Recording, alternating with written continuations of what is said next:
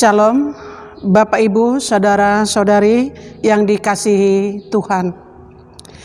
Kiranya kita semua, tiap keluarga selalu diberi kesehatan, diberi kekuatan yang dari Tuhan. Bagi yang mengalami suatu kelemahan, kiranya Tuhan senantiasa memulihkan. Dan dengan melalui firman Tuhan, pada saat ini iman kita semakin dikuatkan.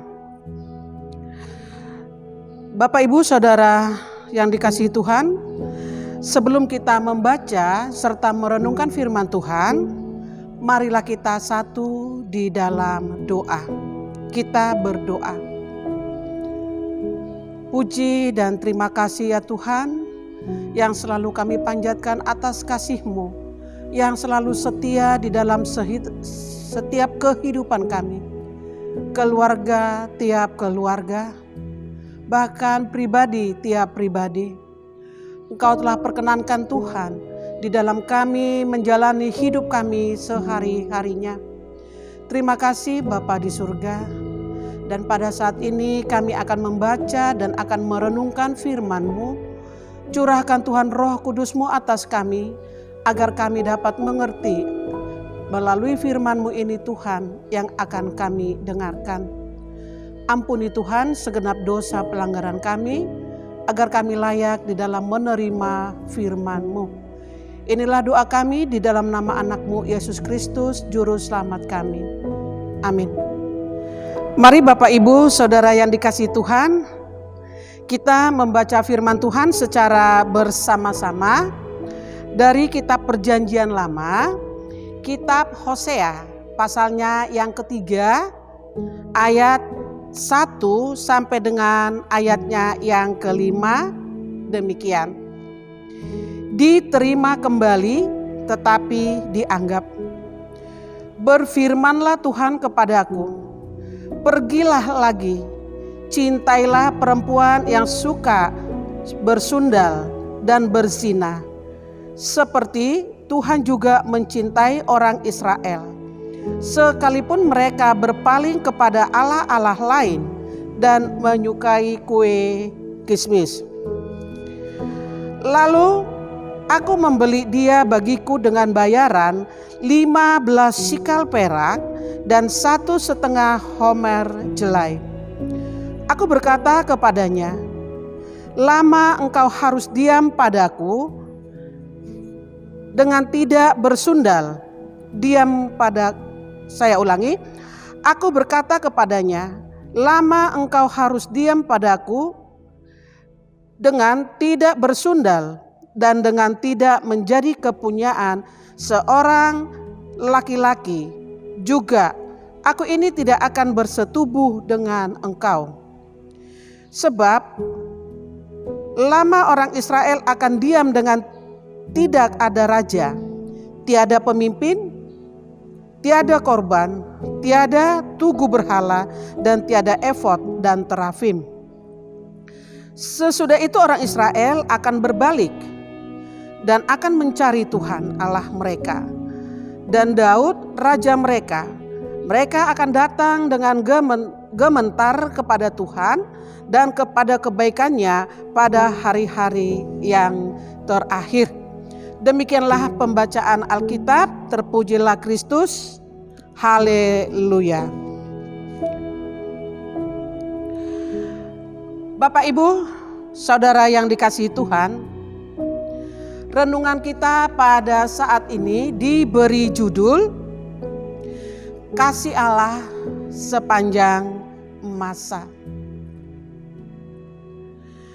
Bapak Ibu Saudara yang dikasihi Tuhan, sebelum kita melanjutkan renungan kita pada saat ini, kita mengenali dulu siapa ini Hosea.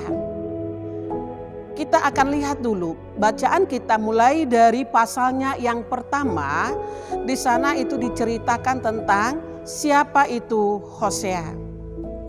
Atau bacaan kita dari SBU, kalau kita ikuti mulai hari Minggu, kita akan mengetahui cerita tentang Hosea. Yang pertama, siapa itu Hosea? Hosea itu adalah anak Beeri. Kemudian Hosea itu adalah seorang nabi. Kemudian Hosea itu yang bernubuat kepada kerajaan Israel Utara, ya, atau kerajaan Israel. Nubuatnya yang berisikan tentang keselamatan. Kemudian nama Hosea mempunyai arti keselamatan. Kemudian Hosea dipanggil Tuhan untuk mengambil seorang istri dari seorang perempuan sundal atau perempuan yang berzina, atau dalam bahasa kita sekarang ini disebut adalah seorang pelacur. Kemudian Hosea tadi yang notabene seorang nabi, tapi mempunyai seorang istri yang suka selingkuh, atau seorang istri yang selalu berbuat zina. Bapak, Ibu dan saudara yang dikasihi Tuhan, dalam cerita ini kita bukan membahas bagaimana tentang kehidupan keluarga daripada Hosea. Tetapi dengan cerita dari kehidupan keluarga Hosea, hal ini akan menjadi pedoman bagi kita di dalam kehidupan kita berkeluarga, berumah tangga, dimanapun kita berada. Bapak, Ibu, saudara yang dikasihi Tuhan, dikatakan bahwa Hosea itu bernubuat untuk Israel. Itu nyata atau tampak dari yang pertama, banyak acuannya kepada Israel dan Efraim, di mana Israel dan Efraim itu adalah menunjukkan kerajaan Israel Utara. Dan itu adalah raja-raja yang ada di Israel dan Efraim itu adalah raja yang terkemuka di Israel Utara. Dan kemudian di mana ibu kota Israel Utara itu adalah kota Samaria. Yang kedua, acuan kepada Raja Israel. Jika kita baca di pasal 7 ayatnya yang kelima, di sana dikatakan, mari Bapak Ibu kita baca pasal 7 ayatnya yang kelima. Pada peserta raja kita mereka membuat sakit. Itu dengan perkataan raja kita. Bahwa raja kita itu berarti itu adalah raja Israel.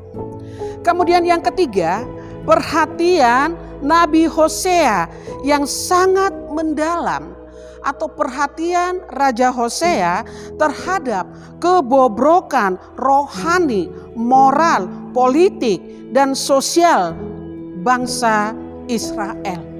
Itu tadi bisa kita baca kembali lagi di Hosea pasal 1, mulai ayatnya yang kedua sampai dengan ayatnya yang ke-9. Bagaimana ketidaksetiaan bangsa Israel kepada Tuhan. Dan bagaimana juga kepedulian Tuhan, kesetiaan Tuhan yang selalu mengasihi umatnya. Dalam cerita kita pada sore ini yaitu umatnya bangsa Israel. Bapak Ibu yang dikasihi Tuhan, jika ada pertanyaan untuk kita, ini pertanyaan untuk pribadi. Dan ini mungkin nanti jawabannya akan terjawab nanti setelah khotbah kita nanti di akhirnya. Pertanyaannya begini. Apa dan bagaimana reaksi kita ketika orang yang kita cintai, orang yang kita sayangi ternyata berbuat sesuatu di belakang kita? Apakah itu acuh? Apakah pasangan kita tidak peduli atau pasangan kita berpaling ke orang lain? Atau dengan kata lain, pasangan kita itu selingkuh dari kita. Itu yang pertama. Terus kedua, dapatkah kita menunjukkan kasih dan sayang kita kepada mereka yang pernah menyakiti hati kita? Kemudian, yang ketiga, tindakan apa yang akan kita perlihatkan ketika seseorang itu ternyata menyakiti hati kita? Itu tadi ada 3 pertanyaan. Dan ini untuk kita renungkan setelah kita nanti membahas firman Tuhan pada saat ini, itu mudah-mudahan terjawab di dalam hati kita masing-masing, pribadi, tiap pribadi. Apakah itu sebagai seorang suami, sebagai kepala rumah tangga, atau sebagai istri dalam rumah tangga. Bapak Ibu Saudara yang dikasihi Tuhan, pada pasal ini atau dalam kitab Hosea ini menceritakan tentang relasi suami istri itu sangat unik. Ya, dikatakan unik karena memang pasangan relasi itu adalah pasangan yang yang bisa dikatakan atau seperti yang selalu dikatakan bahwa kita itu telah menjadi satu daging. Bahwa dengan dikatakan satu daging itu bahwa kita tidak bisa lepas satu dengan yang lain. Berarti yang dua menjadi satu. Demikian juga dalam renungan kita pada saat ini, keluarga Hosea menjadi gambaran bagaimana hubungan Tuhan dengan umatnya. Bagaimana antara umatnya dengan Tuhan dan sebaliknya Tuhan dengan umatnya. Jika di dalam suatu perkawinan setelah mendapat pemberkatan selalu dengan ada kata separuh jiwa. Atau ini dalam bahasa Jawanya yang bahasa halusnya sigaraning jiwa. Atau mungkin juga dengan ada istilah sabola todi. Atau juga dengan sangleto renaangku. Ya, Bapak Ibu sendiri tahu itu apa artinya. Bahwa pasangan kita itu adalah separuh jiwa kita. Demikian juga kita sebagai umat. Kita itu adalah separuh jiwa dari Tuhan. Yang dimana pada saat itu masing-masing kehilangan separuh jiwa. Dan di dalam kehilangan separuh jiwa mereka saling mencari dengan balutan rasa rindu. Begitulah kitab suci melukiskan hubungan Tuhan dengan umatnya. Tuhan atau umatnya yang telah hilang, separuh jiwa Tuhan itu selalu dicari. Dicari dan dicari. Bagaimana kesetiaan Tuhan itu terhadap umatnya. Sayangnya Israel berkhianat. Israel selingkuh. Israel mencederai kesetiaan Tuhan. Hal itu digambarkan dengan istri Hosea, yaitu Gomer. Bapak Ibu yang dikasihi Tuhan, kita sendiri telah baca dari pasal 1, itu siapa itu Gomer? Gomer itu adalah seorang pelacur. Dia seorang perempuan yang berzina. Tetapi Tuhan Allah memakai Hosea untuk mengangkat Gomer supaya membersihkan nama baik Gomer. Supaya Gomer diselamatkan dari lembah hitam. Supaya Gomer ini menjadi istri seorang istri yang baik, yang menjadi panutan di dalam keluarga. Gomer sudah menjadi suatu tugas bahwa Gomer ini sudah tidak bisa lepas dari profesinya itu sebagai seorang pelacur. Dan yang paling parahnya lagi, setelah Gomer diangkat Hosea dari lembah hitam tersebut, tetapi Gomer mengulangi kembali perzinahannya. Gomer melakukan perzinahannya berulang lagi. Gomer selingkuh. Tetapi dalam hal ini Bapak Ibu yang dikasihi oleh Tuhan, jika kita berpikir secara manusiawi, kita akan mengatakan, ya wajar dong kalau Hosea menceraikan Gomer. Hosea seorang nabi, masa dia punya istri yang suka selingkuh? Jika dalam kehidupan kita, jika kita mungkin kita lihat depan mata kita juga akan ikut mengatakan itu buang itu Gomer, gak usah kamu pakai profesimu, tugasmu, kamu seorang hamba Tuhan. Masa mempunyai seorang istri yang berzina, yang suka selingkuh? Mungkin itu yang akan kita ungkapkan Bapak Ibu Saudara terkasih. Tetapi Bapak Ibu, apa yang dilakukan Hosea? Hosea melakukan tindakan yang sebaliknya. Bukan menceraikan Gomer, malah Hosea menebus Gomer. Gomer ditebus Hosea dengan harga 15 shikal perak dan 1,5 homer jelai. Bapak Ibu nanti mungkin bisa dibaca di dalam kamus Alkitab, itu dengan 15 shikal perak itu berapa, 1,5 homer jelai itu berapa. Ya, harga yang sangat mahal. Hosea menebus Gomer dari germonya. Karena apa tadi? Gomer telah menjadi profesi Gomer itu bahwa dia itu adalah memang seorang yang selalu menerima atau melayani laki-laki lain di luar daripada Hosea.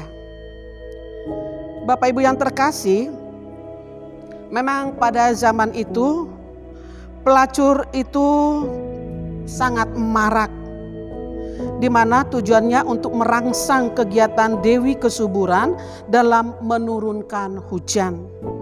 Jadi pelacuran ini memiliki rantai kegiatan bisnis yang berkelindaan atau bertautan atau berjalin dan terus menerus. Ada harga,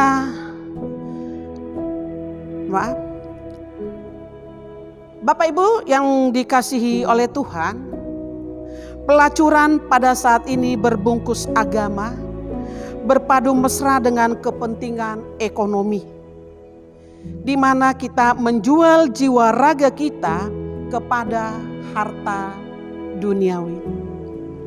Akibatnya tindakan untuk mengeluarkan Gomer dari situasi demikian menjadi tidak mudah. Ada harga mahal yang harus dibayar oleh Hosea. Penebusan yang dilakukan Hosea menunjukkan dalamnya cinta kasih Hosea kepada Gomer. Berapapun harganya, Hosea akan membayarnya. Bapak Ibu yang dikasihi oleh Tuhan, cinta Hosea ini melukiskan cinta Tuhan kepada Israel, yaitu cinta tanpa syarat yang menebus dan menyelamatkan. Cinta yang tidak pernah pudar walau diwarnai perselingkuhan. Kita atau keluarga kita berpaling dari Allah. Bapak Ibu yang dikasihi Tuhan, perselingkuhan kita yang tanpa kita sadari, yang telah menyakiti hati Tuhan. Kita telah melupakan kesetiaan Tuhan atas kita. Begitu besar kasih Allah kepada kita. Cinta Allah tanpa syarat. Ini Bapak Ibu pantas untuk kita renungkan. Jika Tuhan tetap menunjukkan kesetiaannya kepada umatnya yang tidak setia, apakah kita dapat memperlihatkan kesetiaan kita kepada orang yang telah melakukan kejahatan terhadap kita? Bapak Ibu Saudara yang terkasih, terjawab sudah pertanyaan yang di atas tadi. Apakah kita bisa memaafkan? Apakah kita dapat mengampuni? Jawabnya sekali lagi, jika Tuhan tetap menunjukkan kesetiaannya kepada umatnya yang tidak setia, apakah kita dapat memperlihatkan kesetiaan kita kepada orang yang telah melakukan kejahatan kepada kita? Bapak Ibu Saudara yang dikasihi Tuhan, buah renungannya harus membawa kita berbalik dan mencari Tuhan.